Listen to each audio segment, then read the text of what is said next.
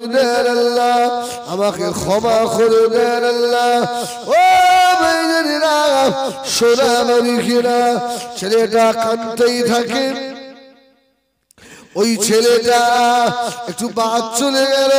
আল্লাহ নবী বলেছিলেন, ও ছেলে, কাপড় চুরির গোনা মা বাবা। ছেলেটা বলল, হুজুর আমি সেনা করে কবরের ভিতর থেকে উঠলাম, ওই কাপড় গুটিয়ে নিয়ে ছুটে ছুটে বানিয়ে যাব। কবরের ভিতর থেকে আওয়াজ হলো, এ যুবক কাপড় চোর, তুই আমার কাপড় নিয়ে যাচ্ছিলি, ঠিক আছে, এই হাজার হাজার কবরে মুর্দারের সম্মুখে আমাকে উলঙ্গ করে ফেললি, ন্যাংট করে ফেললি, সেও ঠিক আছে, আমার শরীর নাপাক করে দিলি যুবক, তোর কি দিলেন আল্লাহ পাকের আযাবে জাহান্নামের ভয় কি তোর হয় না? বলুন আস্তাগফিরুল্লাহ। যুবক এবারে দৌড় দিয়ে পাহাড়ের চূড়ায় একদিন দুদিন রাত 40টা দিয়ে ওইভাবে কাঁদতে লেগেছে। কেতাব বলা লেখে যুবক মাঝে মাঝে কাঁদে আর বলে, আল্লাহ গো, এই দুনিয়ার জমিনে আপনার 100 ভাগের ভিতরে 1 ভাগ মোহাম্মদ দিয়েছেন। প্রেমিক প্রেমিকার জন্য পাগল, কেউ কারোর জন্য জীবন দিয়ে দেয়। মা বাপ তার সন্তানকে জীবনের থেকেও ভালোবাসে। ও রব্বুল আলামিন আল্লাহ, যদি এক ভাগে এত মায়া হয় আল্লাহ তোমার দিলে তারি কত মায়া, যদি বলবেন না সুবহানাল্লাহ। আল্লাহ তোমার দিলে কত মায়া করো। ও রব্বুল আলামিন আল্লাহ, মা সন্তানকে ভালোবাসে। মায়ের পাগল বেটাকে বাপে মেরেছে, ভাইরা মেরেছে, গ্রামবাসীরা ঘাট ধাক্কা দিয়ে বাড়ি থেকে বার করে দিয়েছে। ওই মায়ের পাগল বেটা গভীর রাত্রিরে এসে জনম দুঃখিনী মা যে ঘরে থাকে, যদি ওই ঘরের জানালা পাক দিয়ে মায়ের বদ বেটাটা একবার মা মা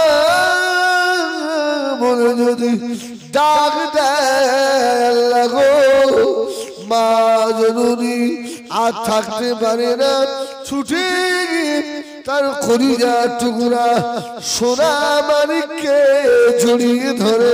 আল্লাহ যদি মায়ের দিলে এত মায়া হয়, আল্লাহ আপনি যে আসমান ও জমিনের মালিক, কুল কায়নাতের মালিক, আল্লাহ পাক আপনার দিলে তালে কত না জানি মায়া।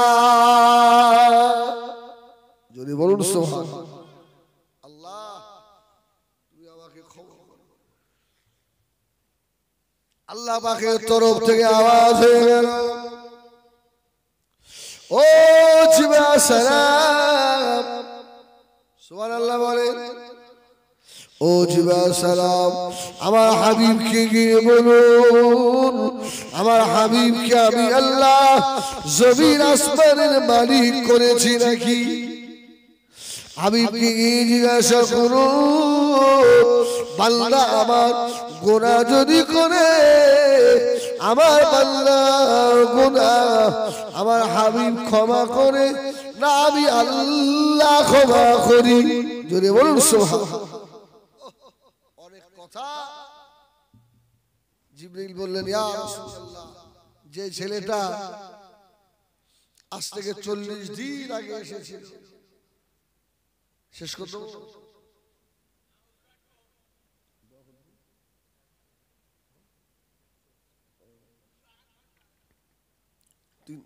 নামাজ পড়িস তো? কব তাহলে আলহামদুলিল্লাহ বলেন আলহামদুলিল্লাহ আল্লাহু আকবার ছেলেটাকে আল্লাহ নবী জিবরাইল এসে বলল ইয়া রাসূলুল্লাহ ইয়া হাবিবাল্লাহ নবী গো ওই ছেলেটাকে আল্লাহ পাক maaf করে দিয়েছেন আল্লাহ নবী বললেন ও বাবা আবু বকর ও হযরত উমর চলে যাও বাবা ওই পানির চূড়া থেকে ওই পাপীটাকে নামিয়ে নিয়ে এসো আল্লাহ ওর জীবনের যত গুনাহ রয়েছে সব আল্লাহ maaf করে দিয়েছে যদি অত বড় পাপীর গুনাহ maaf হয় আমাদের এই maaf হবে না হবে না আরে আশা রাখেন লা তাকনাতু মির রাহমাতিল্লাহ আল্লাহর রহমত থেকে নিরাশ আশা রাখো গভীর রাত্রে উঠে কাঁদো এই রাতটা বড় নিয়ামত সুবহানাল্লাহ বলে রাতটা বড় নিয়ামত আল্লাহ আমাদের আয়েশা বলছেন আমার রাসূল এই রাতে যখন আসতেন মানে এশার খাওয়া রাত্রির খাওয়া রাসূলুল্লাহ মাগরিবের পরে খেয়ে নিতেন সুবহানাল্লাহ বলে আমাদের আম্মাজানদের সঙ্গে যত আপনার প্রয়োজনীয় কথা রাসূলুল্লাহ মাগরিবের বাদে সব সেরে নিতেন রাসূলুল্লাহ এশার বাদে এসে কারোর সঙ্গে বেশি আর কথা বলতেন না রাসূল শুয়ে পড়তেন সুবহানাল্লাহ রাসূলুল্লাহ গভীর রাতে উঠে তাহাজ্জুদে দাঁড়িয়ে সুবহানাল্লাহ বলে এখন তাহাজ্জুদ যদিও বা কারোর মন চায় সমাজে একটা ফতোয়া ঘুরছে যে তাহাজ্জুদ পড়লে নাকি জিনে ধরে শুনেন বলে তাহাজ্জুদ পড়ি ভূতি পাবে শুনেন না আপনারা কে বলেছে তাহাজ্জুদ পড়লে ভূতে পায় যে ভয় করে তো তাকেই ধরে আর যদিও তো ভয়ই লাগে আয়াতুল কুরসি পড়ে হাতের এই শাহাদাত আঙ্গুলে ফু দিয়ে চতুর্দিকে একটা গন্ডি দিয়ে নেবে জেন তো জেনের বাপও ঢুকতে পারবে না সুবহানাল্লাহ শিখিয়ে দেবো লক্ষ লক্ষ টাকা নিয়ে ফিরছেন ভালো ব্যবসা করেন কাছে 5 লক্ষ 10 লক্ষ টাকা রয়েছে এখন আপনারা আসতে ভয় হচ্ছে টাকা একা কোনো বডিগার্ড লাগবে না আল্লাহর কোরআন আপনাকে গার্ড করবে জোরে বলুন সুবহানাল্লাহ বসিরাতে আল্লাহ হুজুর লিখেছে ভাই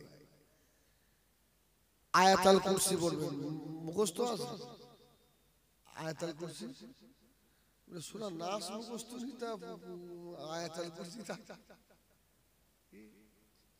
সেই নেটে একটা সে এক বুড়ো ইন্না আনজালনাহু ফি লাইলাতিল কদরি ওয়া মা আদরাকা মা লাইলাতুল খায়রান মিন কি বলে ও তো মুখস্থ করেছে আল্লাহু আকবার আয়াতুল কুরসি পড়বে ডাইনে একবার বামে একবার সন্মুখে পিছনে উপরে নিচে সব একবার করে পড়বেন আর ফু দিবেন ফু দিয়ে আর একবার পড়ে দমটা নিজের ভিতরে টেনে নেবেন খোদার কসম কারণ বাপের ক্ষমতা নিয়ে আপনার গায়ে টাচ করে সুবহানাল্লাহ বলে আপনার গায়ে টাচ করার কোনো ক্ষমতা নেই আমার ভাইয়েরা সোনা মানিকেরা ও জানেন জীবনের গুনাহ মাফি চান আল্লাহ দরবারে বাবা বেশি বেশি করে ইস্তিগফার করো বেশি বেশি করে সূরা ইখলাস কুল হুয়াল্লাহ শরীফ পড়ো সূরা ইখলাস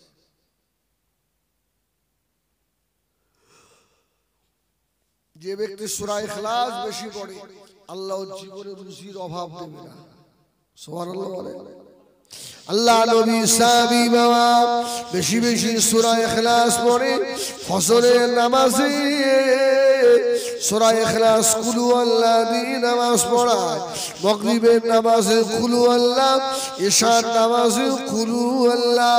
আল্লাহ নবী সাহাবীরা বলেন নবী আমার এমন এক ইমাম পিট করে দিলেন আর কোন সূরা জানে না, শুধু কুল হুয়াল্লাহই পড়ে। এই চল আল্লাহ নবীকে গিয়ে বলবো হুজুর এই ইমাম চলবে না, এ সূরা ইয়াসিন জানে না, সূরা রহমানও পড়তে পারে না, এ শুধু আল্লাহ। মসজিদের মুসল্লিরা সব নিয়ত করে ফজরের নামাজ পড়ে আল্লাহ রাসূল বসে আছেন, আমার নবীর কাছে এসে হাজির। ইয়া রাসূলুল্লাহ ওই ইমাম বাদ দিতে হবে, ও শুধু ওই কুল আল্লাহতে নামাজ পড়ায়। এই কথা বলতে বলতে দেখে পেছন দিকে তাকিয়ে দেখে ওই সাহাবী আসছে, জোরে বলুন সুবহানাল্লাহ। এখন ইমাম সাহেবের সম্মুখে ইমাম সাহেবের বিরুদ্ধে বল, সব মুখ শুকাচ্ছে, কি সব পরে আয় এক্ষুনি শিখেছে। আল্লাহু আকবার। আমার নবী বলল খবর কি? ইমাম সাহেব শুধু সূরা ইখলাসে নামাজ পড়াও।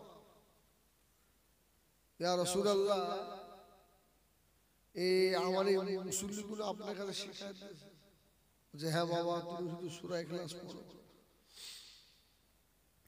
সাহাবীর মন খারাপ হয়ে গেল, সাহাবী মাথাটা হাত করে নিলেন। আল্লাহ পাক হযরত জিবরাইল আমিন আলাইহিস সালাম কে আল্লাহ পাঠিয়ে দিলেন, ও জিবরাইল আমার হাবিবকে গিয়ে বলুন, আমার হাবিবকে শুনিয়ে দেন, আমার হাবিবের ওই সাহাবী সূরা ইখলাস দিয়ে বেশি বেশি নামাজ পড়ে। আমি আল্লাহ পাক ওই সাহাবীর উপরে খুশি হয়ে গিয়েছি। সংসারে অভাব হবে না, রুজিতে বরকত হবে। সংসারে বরকত দিতে গেলে আল্লাহ পাকের রহমতের ফেরেশতা বাড়িতে ঢোকার সুযোগ দিতে হবে। কি ফেরেশতা? আমার মা বোনেরা, সোনা মানিকেরা, তোমরা আমার মায়ের জাত, তোমাদের পা দুটো ধরে বলি আমি কোনোদিন মেয়েদের বিরুদ্ধে ওয়াজ করি না।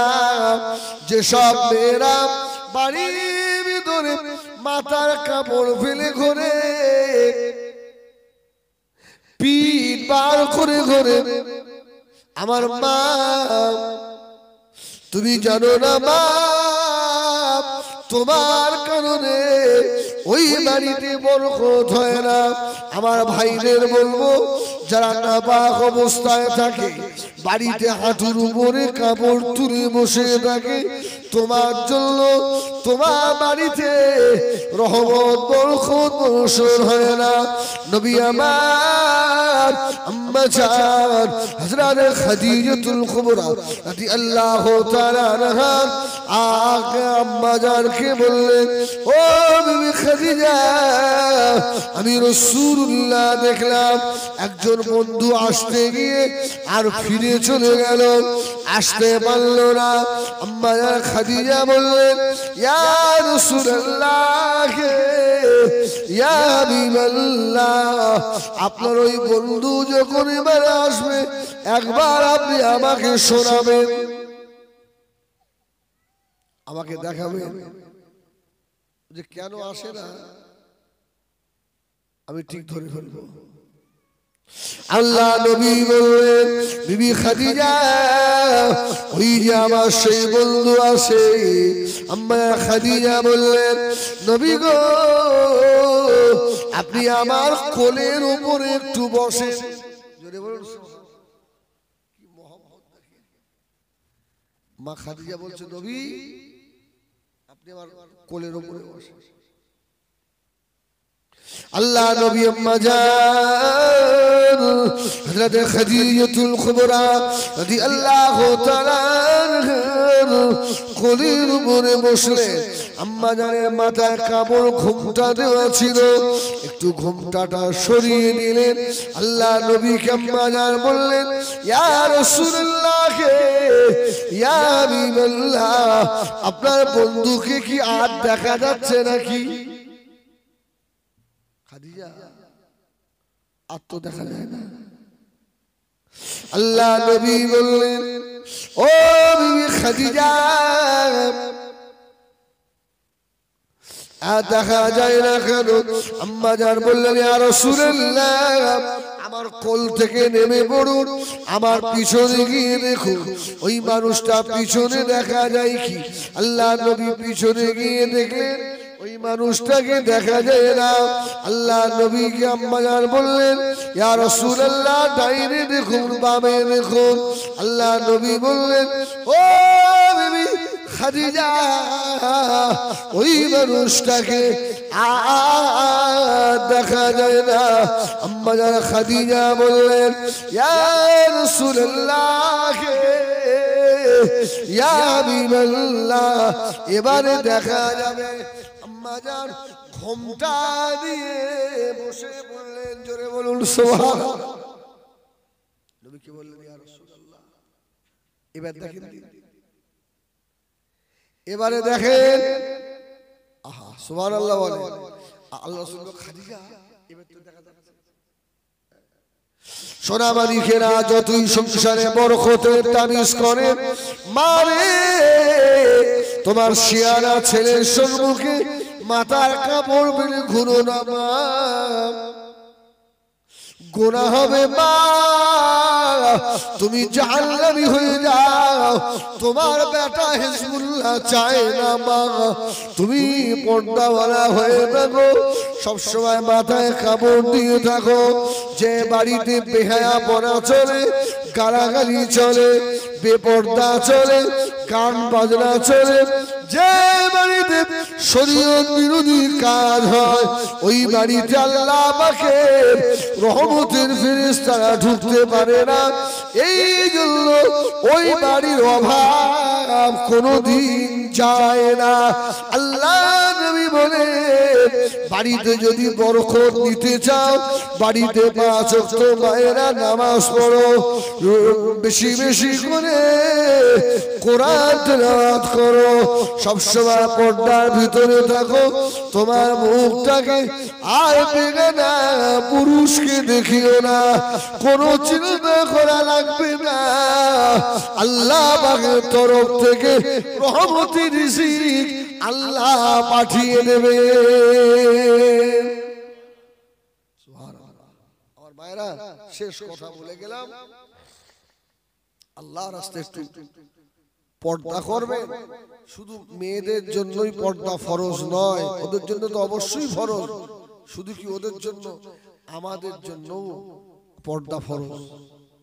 এই ঠিক না বল? আপনি একটা পুরুষ বলে খালি গায়ে ঘুরতে পারবেন না, আপনার গুনাহ হবে। গুনাহ হবে। আল্লাহু আকবার। আপনার শরীরে যেমন ম্যাগনেট আছে, মেয়েদের শরীরেও ম্যাগনেট আছে। আল্লাহ মারা বলেছেন, মেয়েদের সব থেকে একটা জায়গা বেশি খারাপ। দেখাবো দেখাবো, আমি খারাপ জায়গা দেখাবো না, অত সস্তা করে লাগবো, অতটা বেয়াদব না। এই এই যে আপনার গলা আর এই পিঠ, এই গলার এই কাঁধ আর পিঠ মেয়েদের খুব মারাত্মক জায়গা, বুঝলেন না? এখানে ম্যাগনেট বেশি আছে।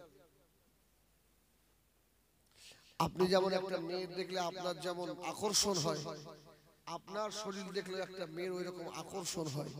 যদি আপনার শরীর দেখে কোনো মেয়ে ছেলের কাম, মানে কামে উত্তেজিত হয়ে যায়, কাল কিয়ামতে আল্লাহর দরবারে আপনাকে জবাব দেওয়া লাগবে। মা মায়েরা, তোমাদের কোন শরীর দেখে যদি কোন যুবক ছেলে আহা উহু এই আওয়াজ করে ফেলে, তোমাকে জাহান্নামে যেতে হবে। আমার সোনা, এই জন্য হাতে না ধরে পায়ে ধরে বলবো একটু আমরাও সাবধানে চলবো। যদি আমরা সাবধানে চলি আমাদের বাড়িতে বরকত হবে, রহমত হবে। হ্যাঁ, ওই বাড়িতে ভালো সন্তান আসবে। জোরে বলুন সুবহানাল্লাহ। ওই বাড়িতে এমন আল্লাহ রুজি দেবে কারুর কাছে হাত পাতা লাগবে না। সোনা আমার ভাইরা, এখন এই গভীর রাত্রে ওয়াজ ভালো হয় না, তাও দাওয়াত নিয়ে ফেলেছি। এখন যে আমাকে দাওয়াত করেছে সে কিন্তু এই গ্রামে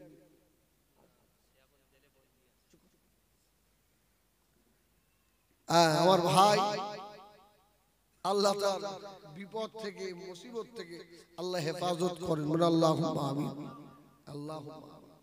যাই হোক, আগামী বছরে জলসাটা হবে। আমার ছেলেরা বলল হুজুর অন্তত 60 কেজি চাল তুলে দেবে। হ্যাঁ, এবারে চাল অর্ধেকটা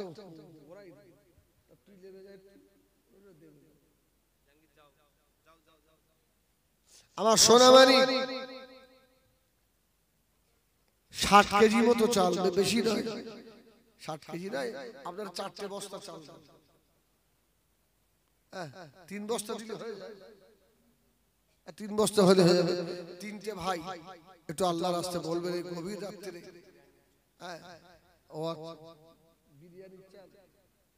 বিরিয়ানির চাল, এর দাম বেশি, খুব দামিটা দিতে হবে, মিডিয়ামটা দেবেন ভাই, মিডিয়ামটা দেবেন। বল